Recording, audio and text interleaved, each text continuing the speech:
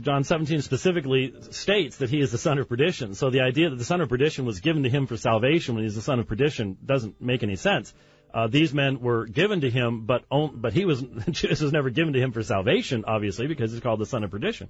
But philologically speaking, you just mentioned, you want to look at what concepts can be brought in, but on that same basis, John chapter 12 is in a specific context of Greeks coming to Jesus, Greeks that Jesus does not reveal himself to. And so I believe context is absolutely central in lexical semantics and in determining how a term is being used and therefore the range of meaning that could be assigned to any of those terms. And that's certainly the case in John chapter 12. I don't think we can take that and read it back into John chapter 6 as if it would have had any meaning to the people that Jesus was speaking to.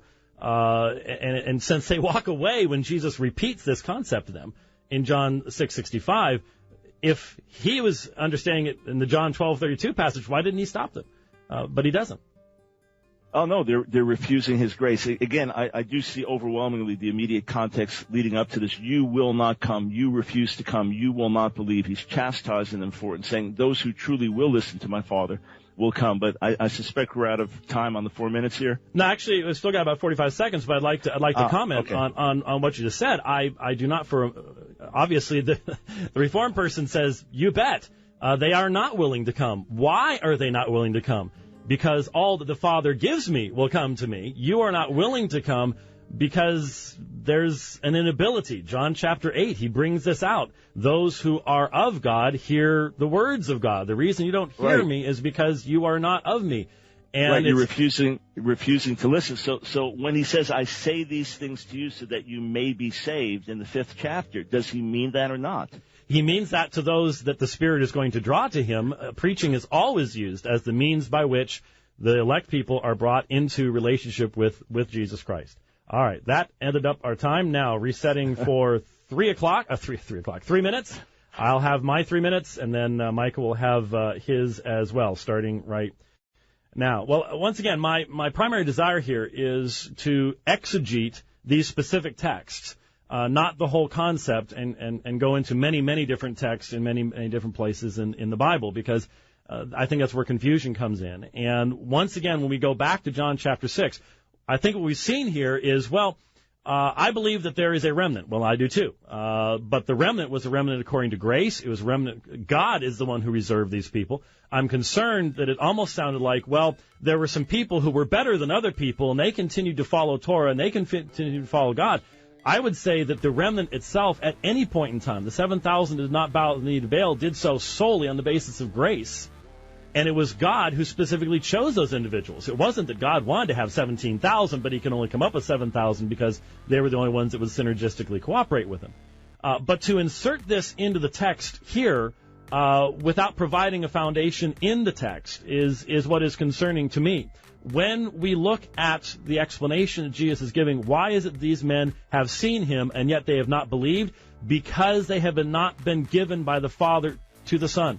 That is why they do not believe. They grumble, and Jesus says, stop your grumbling. You don't need to be grumbling because you need to understand no one has the ability to come to me unless the Father who sent me draws him. Now, was the statement being made that God draws all men without distinction to the Son, or does he draw specific people? The drawing here does not in any way, shape, or form have any escape clause. God is sovereign in this matter. That's why Jesus saves all those that are given to him. And the one who is drawn, notice the emphasis became, no one is able to come to me unless the Father sent me draws him, and I will raise him up on the last day. Who? The one who comes, not the one who's drawn. You see, this is just a different way of reading the text. And when you come to the text with the idea that the key in verse 44 is my coming, God can draw, but I have to come to fulfill that, rather than seeing no one has the ability to do this unless the Father who sent me draws him. And then what does verse 45 tell us? All that are drawn by the Father. That's the learning and the hearing. All that are drawn by the Father come to me. Not just some, but all that are drawn by the Father. That's what hearing and learning from the Father is. And so the consistent reading of the text, exegetically, in its context, speaks to us of the sovereignty of God in salvation, the perfection of the work of Christ. And once again, the focus is either upon God's accomplishment in Jesus Christ or what God's attempting to do in Jesus Christ, but that he doesn't always accomplish that. That would be a very different reading of the text. Okay, and now 3 minutes for Michael Brown. Go ahead. God's accomplishment is perfect, that all those who believe in his Son will be truly and forever saved. And God fully accomplishes what he has established. A profound difference I think we're having in the approach to exegesis is, if I'm going to exegete John 6, I'm going to start in John 1:1, and I'm going to go from there, and I see overwhelmingly an invitation to all. I see the whosoever called, and I see on top of it that the very people that are not believing, the very people in John 5, religious leaders and others who are not believing, Jesus is calling them to himself. Again, I repeat what he says in John 5, I say these things to you, 5:34, so that you may be saved. Who?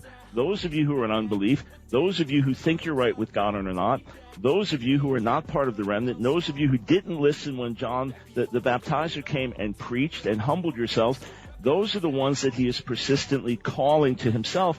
And we see the calling continue in verses 47 to 51, as I began to quote before running out of time, that Jesus is saying there, come to me, believe in me. And that's why the whosoever verses are so powerful and profound throughout John. So those who truly humble themselves, those who believe, it's not by works. And that's the great lesson in John 6. They keep understanding on a carnal level. They were seeking him outwardly. He was seeking to get them to seek the other way by putting off their wrong understanding, by rebuking their wrong understanding, by showing them that their belief in their self-sufficiency couldn't possibly work. And the reason that they can't hear it is because they're not truly listening to the Father. So what's he saying? Ha, ha, ha, ha, you don't get in. The Father's not drawing you. Sorry, boys. No, he's saying humble yourselves and listen and believe. Whoever believes will come. And we don't know that later on some of those very same people did eventually turn and come. So we cannot come unless drawn. Those that respond to the drawing by faith, which is the universal way in throughout the Gospel of John and everywhere else, those who receive God's witness in Jesus are then given to the Son, and he will keep us safely to the end. If we get out of Jesus, renounce him, deny him, he has not failed in any way. He has given us a door if we want to depart from him. Those that put their trust in him, he will never fail. He will keep us safely to the end. What God finishes, he starts perfectly, and the door is open.